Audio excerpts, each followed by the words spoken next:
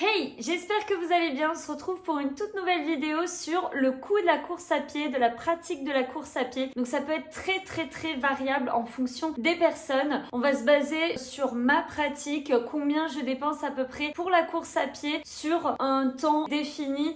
Donc par exemple une paire de chaussures, une montre, une licence, etc. Bien sûr, c'est à prendre en compte avec ma pratique. Je pratique du coup depuis 10 ans, un peu plus de 10 ans la course à pied. Donc oui, j'ai pas mal d'affaires et oui, voilà, je préfère investir dans du matériel qui me sert très régulièrement dans la semaine, mais ça va être très différent en fonction des personnes par exemple qui débutent et qui ne vont pas avoir du tout le même budget. Voilà, j'espère que ça vous plaira. On commence directement. On commence par un indispensable de la course à pied, les baskets. Pour moi, c'est une dépense indispensable, même quand vous débutez la course à pied. Il faut vraiment investir dans une bonne paire pour commencer la course à pied, ou sinon pour les gens qui courent régulièrement et qui font du sport régulièrement. Les baskets de course à pied, je pense que c'est la dépense principale pour un coureur à n'importe quel niveau, que ce soit débutant, expert, etc. En fait, on doit commencer la course à pied avec des bonnes chaussures. Alors, les prix varient vraiment, mais je pense qu'en moyenne, on peut compter environ 120 € pour une paire de chaussures. Bien sûr, on peut faire une fourchette, mais moi, ce que je mets actuellement, c'est environ 100 € et 150 €. Je les trouve très régulièrement en promotion. C'est une des dépenses les plus régulières, je pense, pour les coureurs, parce que quand on prend une montre ou des accessoires, on peut les garder vraiment beaucoup de temps, alors qu'une paire de course à pied a une limite. Ça dépend des chaussures, mais on va dire environ 800-900 km. Je crois que mon podologue m'avait dit 700 km, ça dépend vraiment du coureur, du poids du coureur, de la foulée, etc. Au début, quand j'ai commencé la course à pied, je me contentais de une paire ou deux par an. Et là, maintenant, j'en ai beaucoup plus parce que je cours 5 fois par semaine. Et en fait, je me suis rendu compte qu'il fallait une paire spécifique pour une séance spécifique. Donc, je change pas de paire 5 fois par semaine.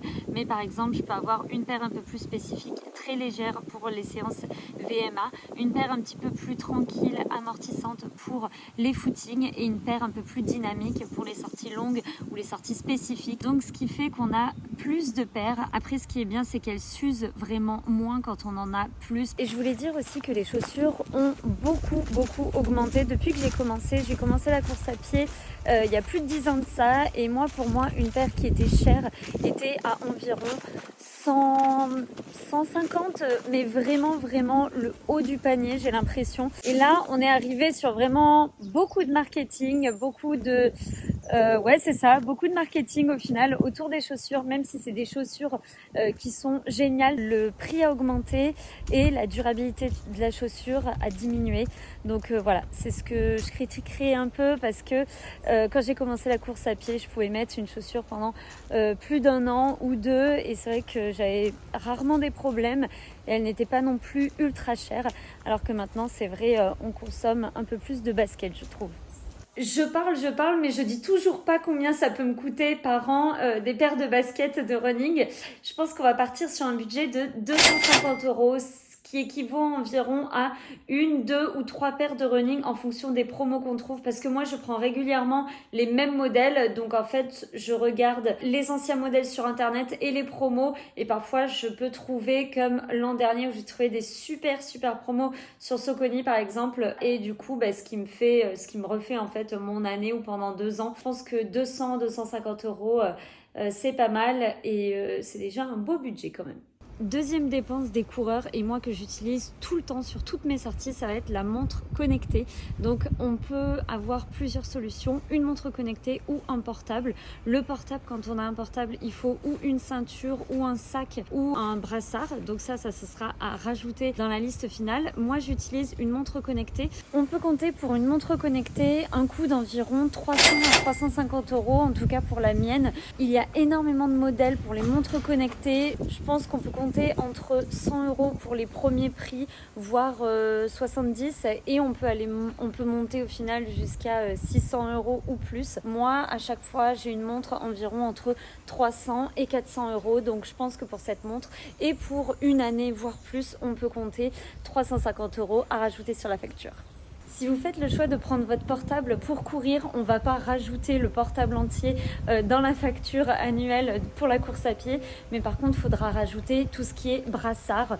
Bon, le brassard coûte pas très cher, environ 15 €. D'ailleurs, je trouve que c'est... Enfin, j'aime pas personnellement les brassards. Ou ensuite, une ceinture où on peut compter 25 € pour ça. En ce qui concerne le sac, donc je pense que c'est une des priorités en tant qu'accessoire de course à pied. Le sac, il est très chouette quand on veut l'utiliser. Par exemple, moi je l'utilise en ville pour prendre mon portable sur moi parce que je trouve que c'est la meilleure solution. J'aime pas les brassards et j'aime pas les ceintures. Et ensuite, ça me permet également d'acheter du pain, d'acheter des chocolatines ou des pains au chocolat, et j'utilise également en trail ou en randonnée, que c'est un objet qu'on utilise souvent et que je vais réutiliser d'année en année. Pour un sac, c'est environ 100 € un sac d'hydratation, sachant que celui-ci, il me semble qu'il était en promo à 80 €, donc on peut faire une moyenne de 90 € pour un sac d'hydratation. Vous pouvez en trouver des moins chers, des plus chers.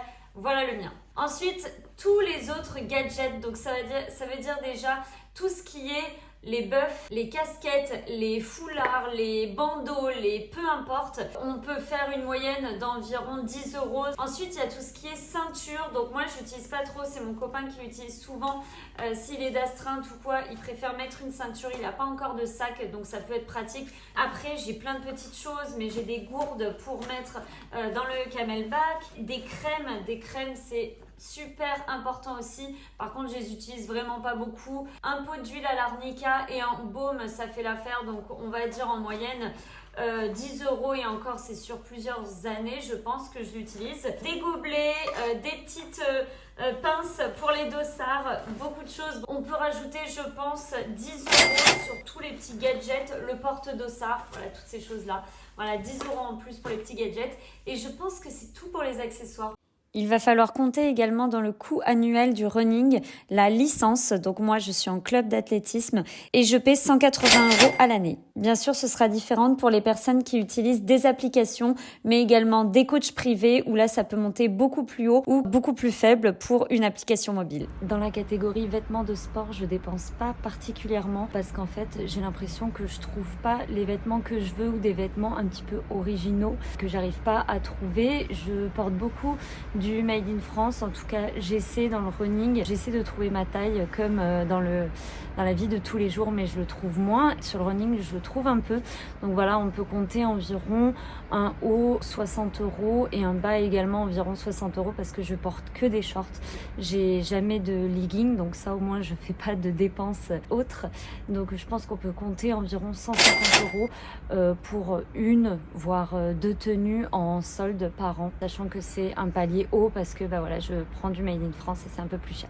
J'ai pas oublié 3 équipements qui sont également importants et que je n'ai pas signalés. Moi, j'ai un très petit budget pour les brassières, tout simplement parce que, un petit peu comme les équipements, je n'en trouve pas. Je trouve pas des choses qui me vont. Du coup, en fait, je garde les anciennes jusqu'à trouver la brassière qui m'ira. Et là, peut-être que j'investirai, mais en tout cas, je les garde longtemps.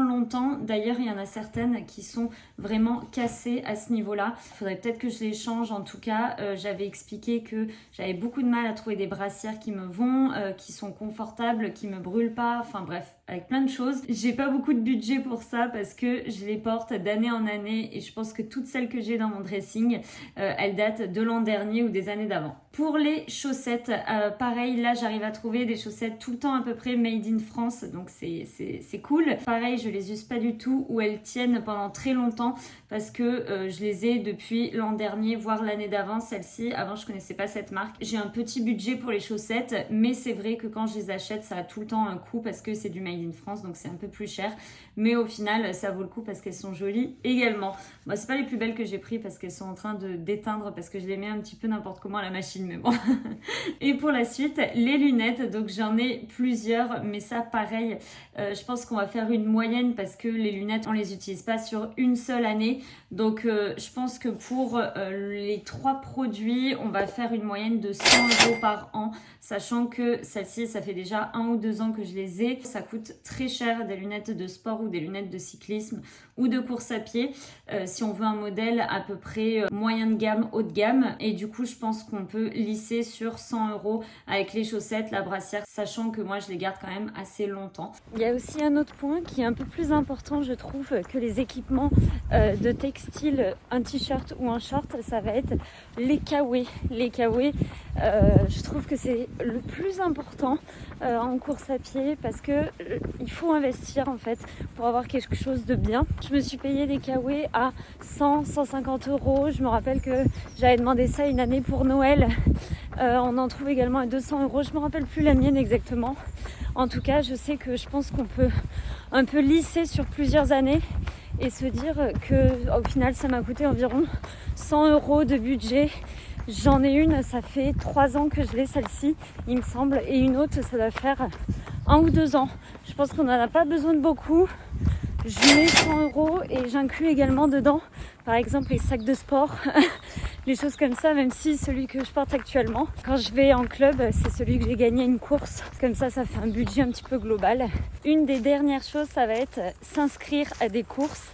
Alors moi je suis en club, il y a certaines courses et notamment les crosses où en fait notre club nous inscrit et il me semble qu'il y a un 10 km par an où on nous inscrit aussi gratuitement. Après le reste, on paie par exemple les semis, les marathons qui sont quand même des dépenses assez chères. Pour moi les dépenses que je fais le plus ça va être un marathon par an et également un semi-marathon par an, plus peut-être 1 ou 2 10 km, ce qui nous donne au final une tranche assez variable parce qu'un marathon, ça peut aller de 40 € environ jusqu'à des sommes assez hautes. Par exemple, dans mes rêves les plus fous, j'aimerais vraiment faire le marathon de New York ou des choses comme ça. Et là, on monte sur des dossards qui sont beaucoup plus gros. Je pense qu'on va rester sur une moyenne, pareil, de 100 € pour lisser sur un semi, un marathon.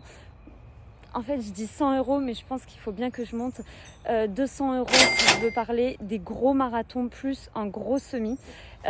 Et quelques 10 km comme ça, ouais, 150 €, voire 200 €. Et ensuite, il y a les dépenses qui sont à côté. Donc, par exemple, les hôtels, le transport, toutes ces choses. Par contre, je vais pas le compter dedans. C'est vrai que quand je monte pour le semi-marathon de Paris, je monte vraiment pour le semi.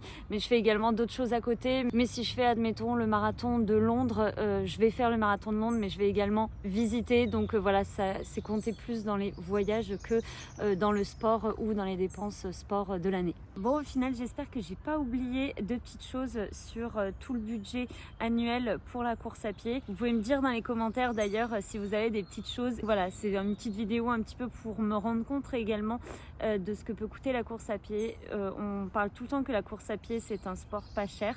Alors oui, certes, je trouve réellement que c'est un sport pas cher, mais par contre on peut également le rendre très cher si on veut. Je vous prends de bon matin devant le montage vidéo. Je viens d'avoir le total, enfin de le calculer, environ de 1500 € pour une année. Il faut savoir deux choses sur ce budget, c'est qu'il y a beaucoup d'équipements que j'ai mis mais que je me sers sur une durée plus longue que 1 an. Donc on peut lisser sur plusieurs années. Et en plus de ça, il y a certains produits qui me sont offerts. Donc je pense pas que je suis environ à 1500, mais je suis quand même plus bas. Voilà, c'est les deux choses à spécifier. Mais sinon, retournons à la vidéo. Vous pouvez me dire dans les commentaires également si vous avez un petit peu compté sur une année combien vous dépensez pour votre passion.